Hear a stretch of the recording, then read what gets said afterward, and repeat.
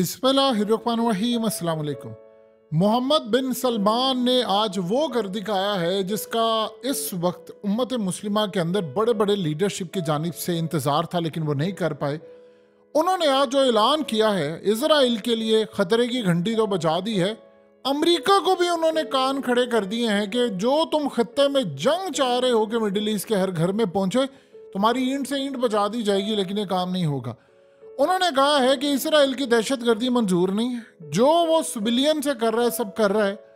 हम कह रहे हैं क्लियरली कि इसराइल 1967 की पोजीशन पर वापस चला जाए, जो असल में जून 5 से पहले की थी। ये कौन सी पोजीशन है?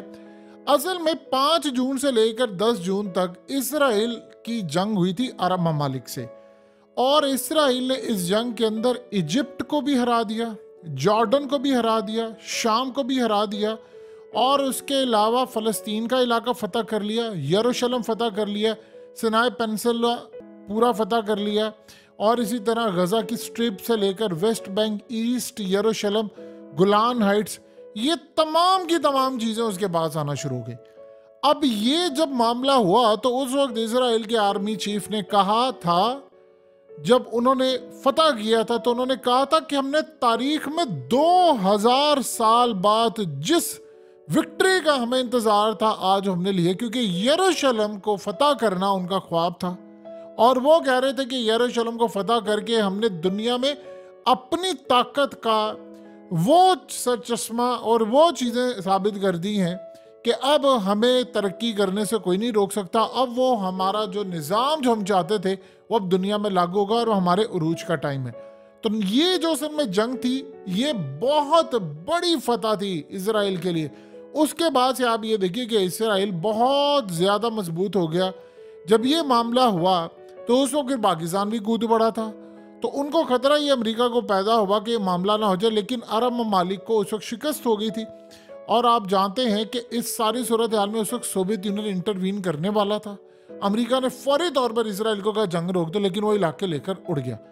अब आज हुआ क्या है? मोहम्मद बिन सलमान ने जो ये बातें कही हैं, उसने कहा है कि वो 1967 की पोजीशन पर वापस आ जाए, यानी इस वक्त इसराइल यरूशलेम का जो कब्जा है इमीडिएटली छोड़ दे, मस्जिद अक्सा के ऊपर जो उसका कब्जा है या सारी चीज़ों पर ये छोड़ दे, यरूशलेम वापस कर दे, गज़ा की स्ट्रिप और ये तमाम चीज़ें वो पीछे हट जाए, इजिप्ट का इलाका वापस कर दे, जॉर्डन का कर दे, शाम का कर दे, गुलान हाइट्स वापस कर दे, ये तमाम की तमाम चीज़ें वापस कर दे इमीडिएटली, तभी मामला तय होगा। और उन्होंने कहा कि ये असल में जो पोजीशन थी फ़लस्तीन की 1967 के बॉर्डर्स की, इजराइल वापस चला जाए। ये इतनी बड़ी स्टेटमेंट है, इतनी बड़ी स्टेटमेंट है कि आप हैरान होंगे कि इतनी बड़ी स्टेटमेंट आपके मीडिया और इंटरनेशनल मीडिया पर इसको ज्यादा हाईलाइट ही नहीं किया गया। आपको अंदाजा नहीं है कितनी बड़ी स्टेटमेंट है। इसका मतलब जानते हैं क्या? इसका मतलब है कि मोहम्मद बिन सलमान ने या सऊदी अरब ने डंके की चोट पर ऐलान कर दिया है कि वो इसराइल का कब्जा नहीं तस्लीम करेंगे, नहीं तस्लीम करेंगे, नहीं करेंगे। दो चीजें समझिएगा। हमास का कहना यह है कि 1967 की पोजीशन उनको काबिल कबूल है, ये समझिए, यानी उनको काबिल कबूल है। और उसके अलावा 2 स्टेट सोल्यूशन, ये वो जो चीज़ है, यही बात उन्होंने असल में मोहम्मद बिन सलमान ने जो बात की है, ये मौक़िफ़ रहा है हमास का, और ये बात उन्होंने बगैर रूस और चाइना के साथ टॉक्स के नहीं वो कर सकते। जो पोजीशन इस वक्त मोहम्मद बिन सलमान ने ली है, 57 इस्लामिक मुल्कों में किसी शख्स की जरूरत नहीं है इतनी स्ट्रांग पोजीशन लेने की। उसकी वजह क्या है? उन्होंने आज अमेरिका को कह दिया है कि भाई तू जो इसको दिला रहा है ना इलाके, और ये सोच रहा है कि गल्फ में जो अड्डे हैं वो लेकर फलाना, भूल जाओ, हम उसका कब्जा 1967 का भी तस्लीम नहीं करते। अभी तक सीन क्या चल रहा है? इसराइल 2 स्टेट सोल्यूशन को नहीं मानता, यानी वो कहता है 1 स्टेट सोल्यूशन सिर्फ इजराइल, दैट्स इट। मुस्लिम कहते हैं 2 स्टेट सोल्यूशन। और एक और भी चीज हम कहते हैं कि 1967 की पोजीशन पर चले जाओ। वो कौन सी पोजीशन है? ये वो पोजीशन है जो इजराइल का जब कयाम हुआ था, यूनाइटेड नेशन ने कहा था ये तबका है, यानी वो वाली पोजीशन होती है। इसको कहते हैं जो पहले वाली थी 1967 5 जून से पहले वाली जो पोजीशन थी, जंग से पहले वाली, उसमें आपको मिस्र का इलाका, जॉर्डन का, शाम, ये सारे इलाके वापस करने पड़े। तो ये बात तो हजम ही नहीं कर सकता इसराइल के, यार उठकर कोई इसका मतलब क्या है? इसका मतलब ये है कि अमेरिका को कह दिया है सऊदी अरब ने कि तुम चाह रहे हो ना उसकी मदद करना, हम अगले इलाके लेने के लिए, क्योंकि असल में इसराइल ने यहाँ तक थोड़ी रुकना है, उसे जॉर्डन लेना है, वो सऊदी अरब पर निगाह डाले हुए है, वो इजिप्ट पर डाले हुए है, वो पूरे खित्ते पर डाले हुए, पता नहीं शायद वो पूरी दुनिया भर ही डाले हुए है। तो वो इसने क्लियरली कह दिया है कि भाई पीछे चले जाओ पोजीशन पर। अब इसने जो इसका इम्पैक्ट आएगा आपको अंदाजा भी नहीं कितना स्ट्रॉन्ग इम्पैक्ट। सबसे पहले जिन ममालिक पर सऊदी अरब का होल्ड है, देखिए अरब जब खड़े हो जाते हैं किसी पोजीशन पर तो फिर वो जब स्टार्स एक दफा ले जाते हैं तो वो उसकी जीत में बड़ा किरदार होता है। इस वक्त ये पोजीशन चाइना की भी है, ये पोजीशन इस वक्त रशिया की भी है, और ये पोजीशन पर अरब ममालिक के पीछे रशिया खड़ा हुआ है, स्पेशली मोहम्मद बिन सलमान और सऊदी अरब के पीछे खड़ा है। अब जिन ममालिक पर सऊदी अरब का इन्फ्लुएंस है, चाहे वो किसी की फाइनेंशियल मदद करे, कुछ करे, ये उनके लिए बहुत ट्रिकी टाइम आ गया, क्योंकि अगले कुछ अरसे के अंदर उनको फैसला करना है कि वो कहाँ खड़े हैं। जी हाँ, ये ज़हन में रखिएगा, क्योंकि अगर वो ममालिक अमेरिका के साथ खड़े हैं तो फिर वो सऊदी अरब के साथ नहीं खड़े हैं, ये बात ज़हन में रख लें। क्योंकि सऊदी अरब ने जो पोजीशन इस वक्त अपनी दिखाई है वो अमेरिका के खिलाफ दिखाई है और वो इसराइल के खिलाफ दिखाई है। वैसे मोहम्मद बिन सलमान ने लीडरशिप दिखाई है इस तक। देखिए जब सारी दुनिया डिमांड, हम लोग क्या कह रहे थे इस वक्त सारी लीडरशिप, और जी अच्छा हम ये करेंगे, वो जी इसराइल की जारहियत कबूलें, और डंके की चोट पर अगले बंदे ने कह दिया कि भाई वो वापस जाए उस पोजीशन पर, इलाके वापस करे, ये कबूल ही नहीं है। वही फलस्तीन वाली जो पोजीशन है सिर्फ वो काबिल कबूल है। ये अभी स्टार्ट हुआ है बातों से, इसके बाद अमल क्या है? अमल ये है कि देखिए अगर सऊदी अरब नहीं देगा, किसी को भी अड्डे या किसी को जुर्रत नहीं होगी अमेरिका से लेकर दुनिया की कोई ताकत को भी कि वो इसराइल की मदद करने के लिए यहाँ से जाए या फलाना जाए, तो ये अमेरिका के लिए नहीं, इसराइल के लिए बहुत बड़ी खतरे की घंटी है। इतनी बड़ी खतरे की घंटी है आप उसका अंदाज़ा भी नहीं लगा सकते। उसकी वजह यह है कि सऊदी अरब जो फैसला करता है वो उम्मत मुस्लिमा के ऊपर बहुत बड़ी छाप रखता है, और अगर उन्होंने फैसला कर लिया है कि हमने वो पोजीशन के ऊपर इनको लेकर जाना है, तो फिर ये समझिएगा इसराइल के लिए जो वो ख्वाब सोचकर बैठा हुआ है वो ख्वाब इतनी जल्दी पूरे नहीं होने वाले। अब इसके साथ क्या फ़ायदा है? ईरान की पोजीशन ये है कि इसराइल का तो वजूद ही गवारा नहीं। कायदे आज़म की पोजीशन ये थी कि वो इसराइल को मानते नहीं थे। हम लोग सब जो हैं वो कंट्री जो है वो कहते हैं कि नहीं 1967 वाली पोजीशन है उससे पीछे वाली काबिल कबूल है, यानी 2 स्टेट।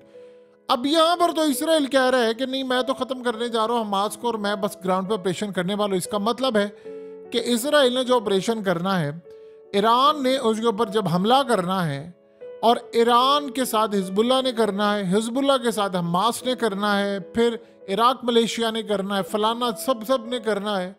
और ये कोई पता नहीं है कि कल को सऊदी अरब ईरान के साथ मुकम्मल तौर पर फ्रंट पर आकर खड़ा हो जाए कि आप ये काम करें, अब आपको रोकना पड़ेगा। एक चीज ये तो हो गया, मामला बड़ा क्लियर, आपको समझ आ गई।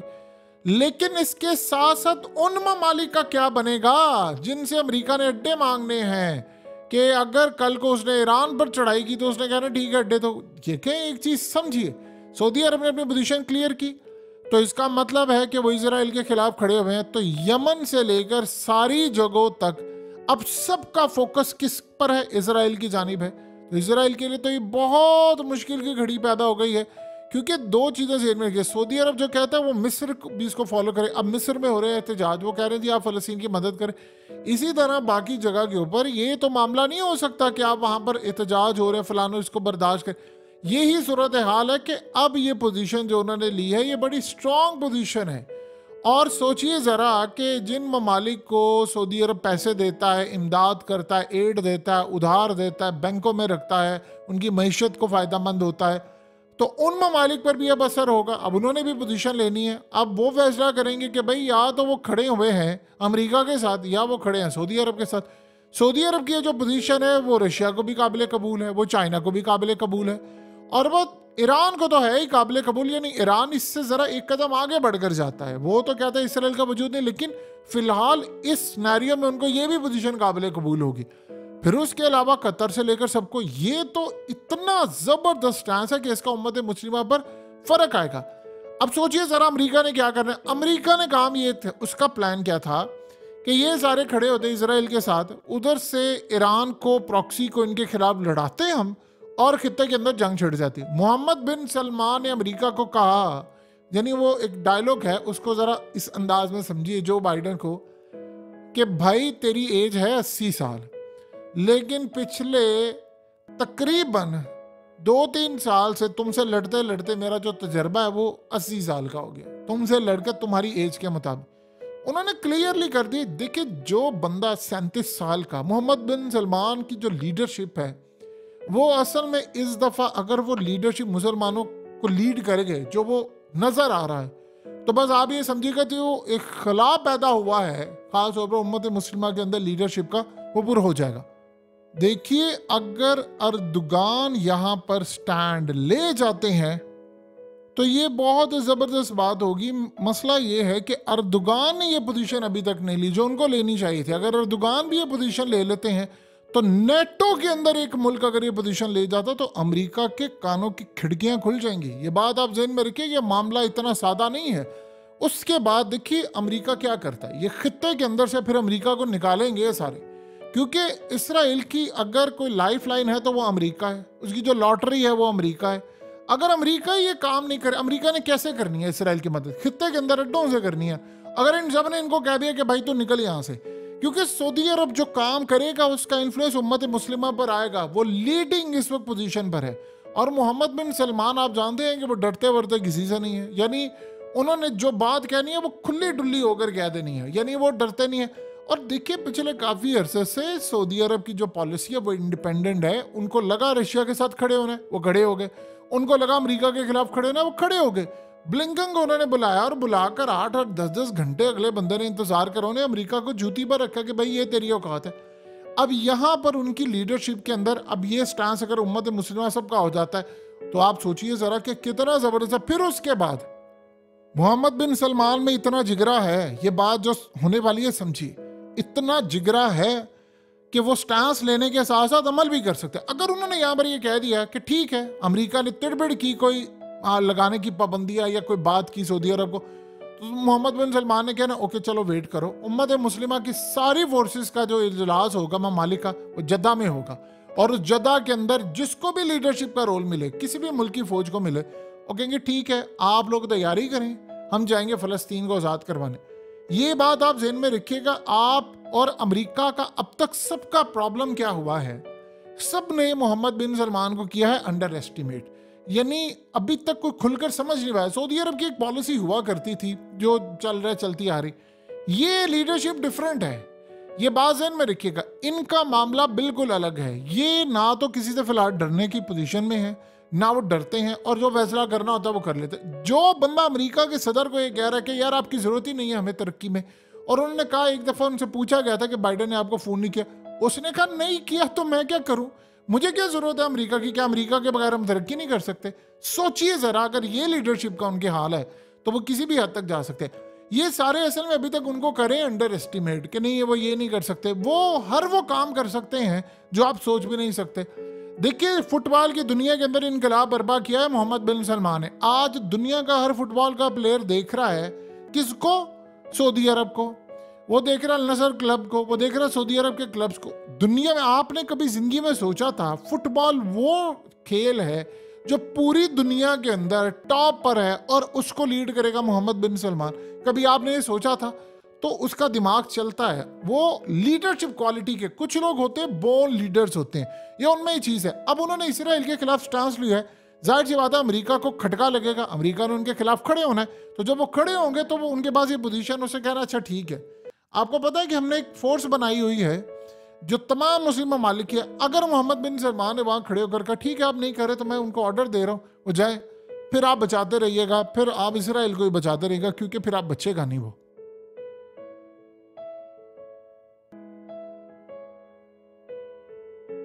हकीकत टीवी को सब्सक्राइब करना मत भूलें, वीडियो को लाइक करें, शेयर करें और कमेंट सेक्शन में अपनी राय का इजहार ज़रूर करें।